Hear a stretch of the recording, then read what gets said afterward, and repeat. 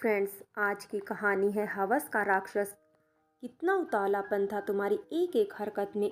हर समय जल्दबाजी, चुहलबाजी और खिलंदड़ापन झलकता था तुम्हारे हर एक अंदाज में। तब सोचती थी शायद बचपना है तुम में अब भी। तुमसे पहली बार मैं अपनी परम सहेली छवि की शादी में मिली थी। तुम छवि के पति विभोर के बुआ के बेटे थे, यानी छवि के फुफेरे देवर। छवि की विदाई होने तक तो तुम मुझसे मेरे लिए चापलूसी कर चुके थे। भाभी जी, आपकी सहेली सानवी से मुझे पहली ही नज़र में प्यार हो गया है। प्लीज़ प्लीज़ प्लीज़ उससे कहो मुझसे एक बार तो मिल ले। एटलीस्ट आप उसका नंबर ही दे दो मुझे। आई स्वेयर मैं उसे बहुत खुश रखूँगा। छवि ने मुझे तुमसे एक बार मिलने को कहा तो मैं उसकी खातिर ही सही तुमसे मिलने को तैयार हो गई। इस तरह हमारी दोस्ती हुई, पर तुम्हें तो दोस्ती का पायदान लांग कर प्यार फिर शादी की सीढ़ियाँ चढ़ने में जल्दी थी। कितने हसीन वादे तुमने कर डाले थे मुझसे। तुम्हारी मनमोहक सूरत व मीठी चाशनी में घुली प्यारी प्यारी कभी न खत्म होने वाली बातें। कौन कहता है हम लड़कियां बातूनी होती है। उफ, कभी कभी मेरा सिर चकरा जाता है तुम्हारी नॉनस्टॉप बातें सुनकर। एक हफ्ते के अंदर तुम छवि विभोर व अपनी मम्मी को लेकर मेरे घर आ धमके शगुन का थाल लेकर। मैं सकते में रह गई, पर मम्मी पापा घर बैठे बिठाए इतना अच्छा रिश्ता कैसे ठुकराते। फिर छवि लेकर आई रिश्ता तो सब अच्छा ही होगा, ये सोचकर थोड़ी बहुत पूछताछ करके उन्होंने मुझसे हाँ कहलवा दिया। मैं मानो अभी भी ख्वाबों की दुनिया में विचरण कर रही थी। आखिर इनकार भी किस वजह से करती। तुम सुदर्शन, उच्च शिक्षित, अच्छी कंपनी में कार्यरत, व्यवहार कुशल लड़के थे और मेरी भी ग्रेजुएशन की पढ़ाई पूरी हो चुकी थी। अपनी लच्छेदार बातों से सबका दिल जीत लेते। उसी दिन झटपट रोके की रस्म भी अदा हो गई। 3 दिन बाद सगाई हो गई, फिर 1 हफ्ते बाद शादी भी हो गई। चट मंगनी पट ब्याह वाली कहावत का असली मतलब मुझे आज समझ में आया। चाहे जयमाला पहनने का कार्यक्रम हो रहा हो या फेरों का, तुम हर वक्त जल्दबाजी चुहलबाजी करे जा रहे थे। थोड़ा अजीब लगा मुझे, पर तुम्हारा मेरे प्रति अगाध प्रेम समझ में मुस्कुरा रही थी। अनायास तुमने मुझे चिकोटी भी काट डाली और शरारत से आंख भी मार दी। सबके समक्ष तुम्हारा यह प्रेम प्रदर्शन अब मुझे गुदगुदाने के बजाय शर्मिंदगी दे रहा था। पर मैं चुप रही, ये सोचकर कि अभी नया नया खुमार है, वक्त के साथ सब ठीक हो जाएगा। मैंने छवि से इस बारे में जिक्र किया तो उसने भी यही सब कहकर सांत्वना दी। विनोद भैया बहुत प्यार करते हैं तुझसे, तू इन छोटी छोटी बातों पर ध्यान मत दे। अब तो तू मेरी देवरानी बनकर आ रही है। मैं बहुत खुश हूँ कि हम शादी के बाद भी मिलते रहेंगे, वरना शादी के बाद सहेलियाँ बिछड़ ही जाती हैं। वी आर सो लकी ना। परंतु तुम्हारा अजीब व गरीब बर्ताव मुझे खटक रहा था। शादी को 1 साल हो गया, तुम्हारा मेरे प्रति जुनून कम होने की बजाय बढ़ता ही जा रहा था। इसे प्यार तो नहीं कहेंगे जो तुम करते थे और दावा भी करते थे। फिर 9 महीने बाद हमारे आंगन में नन्ही ईशानी की किलकारी गूंजी। मेरे तो पांव जमीन पर ही नहीं पड़ रहे थे। साथ ही ये उम्मीद भी बंधी कि शायद एक बेटी के बाप बनकर ही तुम में परिपक्वता व ठहराव आ जाएगा। पर मेरी इस उम्मीद पर भी तुमने पानी फेर दिया। तुम्हें सिर्फ मुझसे यानी कि मेरे जिस्म से ही मतलब होता था। अब तो मुझे तुमसे डर लगने लगा था। दिन पर दिन मेरी सेहत गिरती जा रही थी। मैं कुछ दिन शारीरिक व मानसिक विश्राम करना चाहती थी। तुम ईशानी के संग न खेलते, न उसकी तरफ देखते। कैसे बाप हो तुम, निष्ठुर निर्मोही। मैंने तो सुना था एक बाप अपनी बेटी को जान से ज्यादा प्यार करता है, पर तुम न जाने किस मिट्टी के बने थे। वो रोती तो तुम चिढ़ जाते, उसे मनहूस कहकर परे करते थे। जब तक तुम घर में रहते तुम्हें मेरे जिस्म के सिवा कुछ न सूझता। कैसा प्यार है ये तुम्हारा। मुझे तो घुटन होने लगी थी तुम्हारी मौजूदगी से। ईशानी के सामने भी तुम उल्टी सीधी हरकतें करने से बाज नहीं आते, तो अब मैं थोड़ा सख्त रवैया अपनाने लगी। विनोद, बिहेव योरसेल्फ, कुछ तो लिहाज करो। अरे बच्ची के सामने तो कायदे से रहो। क्या असर पड़ेगा उस पर, वो बच्ची है अभी। वो क्या जाने ये सब। वो तो यही समझेगी कि उसके पापा उसकी मम्मा को कितना प्यार करते हैं। कभी कभी मुझे खुद पर गुस्सा आता कि मैंने विनोद से शादी करने में जल्दबाजी क्यों कर दी। अब मुझे तुमसे चिढ़ होने लगी थी। तुम्हारे ऐसे बेपरवाह व अमर्यादित व्यवहार से तंग आकर एक दिन मैं छवि के घर तुम्हारी शिकायत करने पहुंच गई। मैं उसे अपने दिल का हाल बताया तो वो भी चिंतित हो गई। उसने विभोर से यह सब बताया तो विभोर ने कहा कि वो विनोद से बात करेगा, उसे समझाएगा। तुम मेरी शिकायत लेकर छवि भाभी और विभोर के पास गई थी। तुम्हें पता है मुझे कितना जलील होना पड़ा उन दोनों के सामने, सिर्फ तुम्हारी वजह से। मेरा प्यार करना तुम्हें छिछोरापन लगता है। किस लिए तुमसे शादी की थी मैंने। औरत किस लिए बनी हो तुम, पति को संतुष्ट रखने के लिए ही ना। उसकी ज़रूरत पूरी करने के लिए ही ना। पत्नी हो तुम मेरी, पूरा हक है मेरा तुम पर, तुम्हारे शरीर पर। तुम चाहो ना चाहो, मेरा जब जहाँ जैसा मन करेगा तुम्हें उसी वक्त मेरी इच्छा पूरी करनी होगी। समझ गई तुम? और हाँ, आज के बाद किसी से भी इस बारे में जिक्र भी किया तो देख लेना, मुझसे बुरा कोई नहीं होगा। आते ही तुम मुझ पर भड़क उठे। ये सब सुन मैं सख्ते में आ गई। स्थिति बनने के बजाय और बिगड़ गई। अब तुम और ज्यादा मनमानी करने लगे। तुम्हें मेरे शरीर के सिवा कुछ दिखता ही नहीं था। हवस का राक्षस तुम पर ऐसा सवार हो रहा था कि मेरे अंदर की स्त्री धीरे धीरे दम तोड़ रही थी। पर तुम बेखबर थे।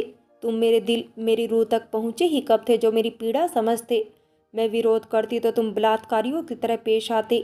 एक दिन मैंने जॉब करने की बात तुम्हारे सामने रखी तो तुम उखड़ गए। किस चीज़ की कमी है तुम्हें जो तुम्हें नौकरी करनी पड़ रही है? बाहर जाकर तफरी करनी होगी और क्या। एक पढ़े लिखे व्यक्ति के मुंह से ऐसी ओछी बातें सुनकर मैं अवाक रह गई। मम्मी जी ने मेरी बात का समर्थन किया तो तुमने भी उन्हें चार बातें सुना दी। बेचारी अपना सा मुंह लेकर रह गई। क्या पुरुष स्त्री को अपने काबू में रखने के लिए पैदा हुआ है? जो माँ उसे 9 महीने पेट में पालती है, उसकी परवरिश करती है, उसे भी वो पैर की जूती समझता है। मैंने अपने मम्मी पापा से इस बारे में बात की तो वो भी बोले कि समय के साथ सब ठीक हो जाएगा। किस बात की कमी है मुझे जो पति की इच्छा के खिलाफ नौकरी करनी है मुझे? क्या करती, मन महसूस कर रह गई। कोई ऐसी डिग्री भी नहीं थी कि फौरन जॉब लग जाती। सब वक्त और ऊपर वाले पर छोड़ दिया मैंने। ईशानी को मैं मम्मी के पास सुलाने लगी। कम से कम वो तुम्हारा एक घिनौना रूप तो न देखे। उसके बाल सुलभ कोमल मन में पुरुष जाति के प्रति नफरत तो न पनपे। उस दिन मम्मी जी ने अपने बेटे का अनोखा ही रूप देखा था। उन्होंने वो सब सुना जो तुम छवि के यहाँ आने से पहले मुझसे कह रहे थे। उस वक्त तो चुपचाप अपने कमरे में चली गई थी। तुम्हारे जाने के बाद वो मेरे पास आई और कहने लगी, तुम चिंता मत करो बेटा, मैं अपनी डॉक्टर मित्र को जानती हूँ।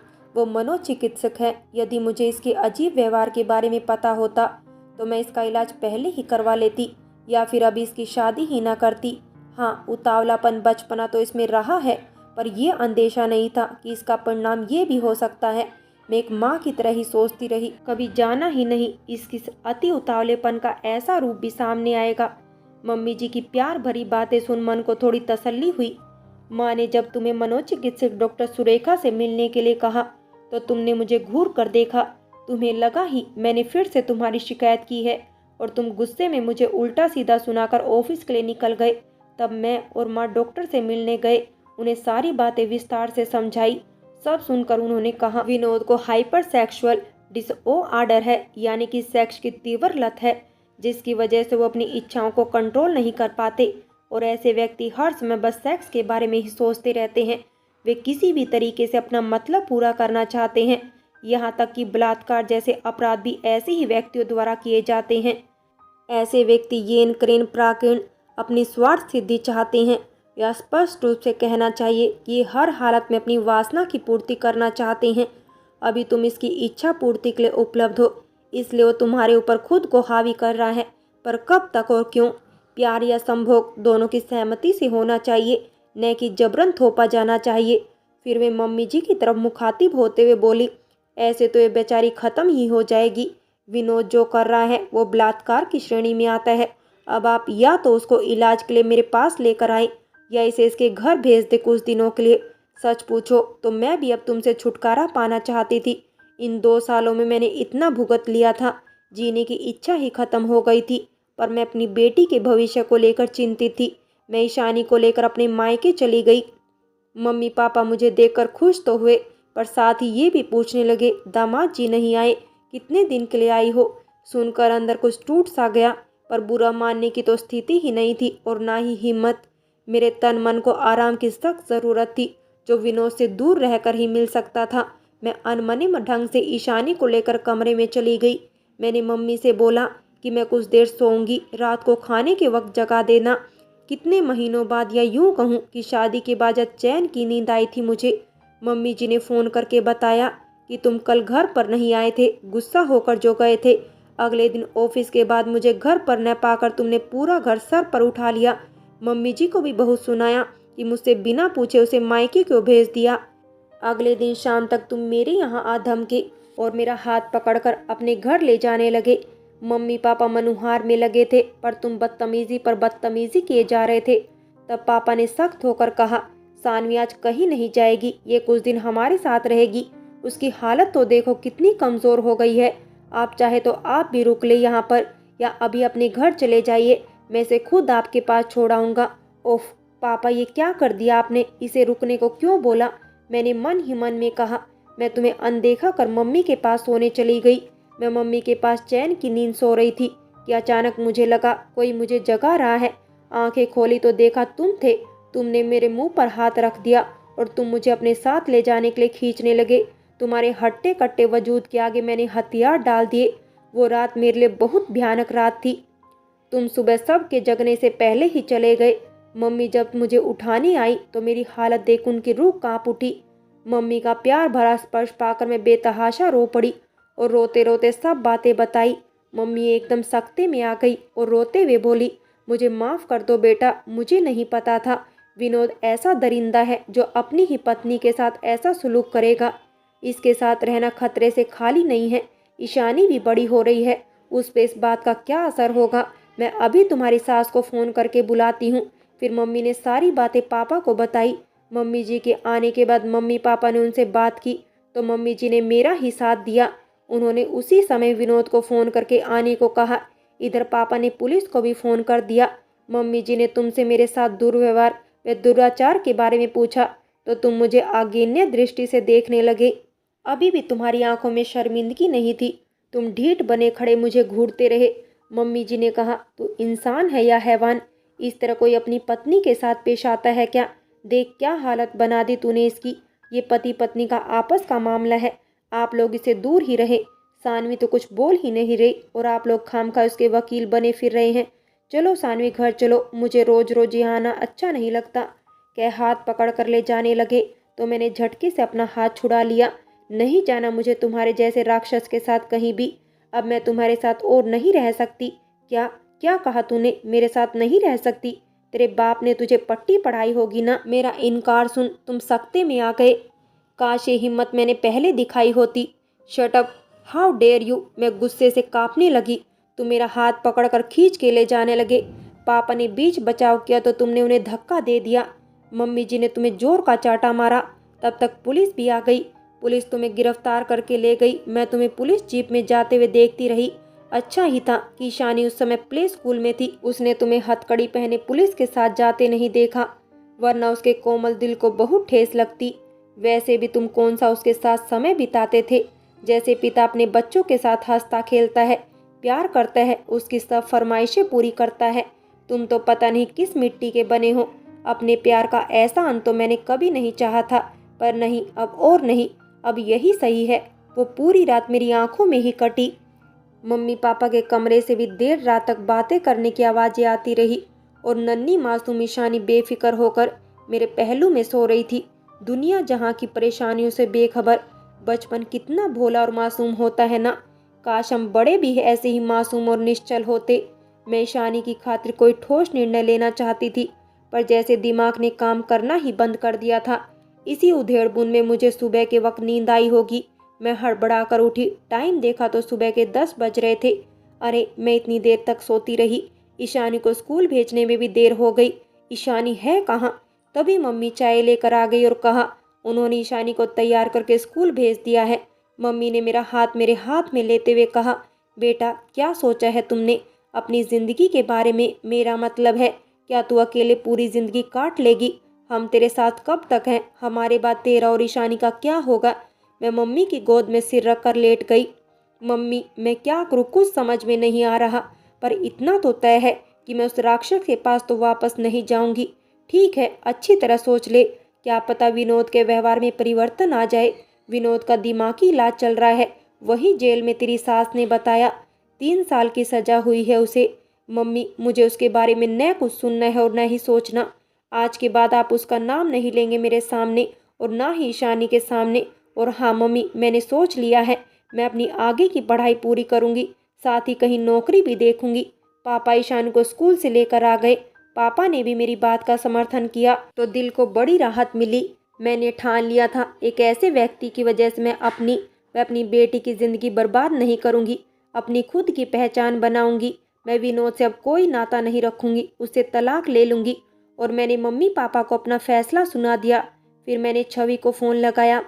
कुछ घंटों बाद ही छवि और विभोर मेरे यहाँ आ गए। सारी बातों का पता चलने पर उन लोगों को बहुत दुख हुआ और विनोद के ऊपर गुस्सा भी बहुत आया। उन्होंने भी विनोद से सारे रिश्ते नाते तोड़ लिए। विभोर ने अपने वकील दोस्तों से बात की। साथ ही छवि ने बताया कि उसके भैया, जो कई साल से विदेश में डॉक्टरी की पढ़ाई कर रहे थे, उन्होंने एक अस्पताल व नर्सिंग ट्रेनिंग इंस्टीट्यूट खोला है। उसने कहा कि वो मेरे लिए उनसे बात करेगी। उसकी बातें सुनकर फिर से जीने की उमंग जाग उठी। मैंने ग्रेजुएशन की प्राइवेट पढ़ाई के लिए फॉर्म भर दिया और नर्सिंग कॉलेज में दाखिला ले लिया।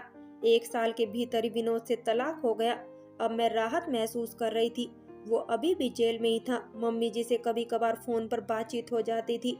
विनोद की गलती के लिए उनको क्यों कसूरवार ठहराती? उन्होंने तो हर कदम पर मेरा ही साथ दिया था। वो ईशानी से मिलने कभी कभार घर आ जाया करती। फ्रेंड्स, बाकी की कहानी कल के अंतिम भाग में देखें। और अगर कहानी अच्छी लगी हो तो लाइक करें, शेयर करें और प्यार भरी कहानी चैनल को सब्सक्राइब करें।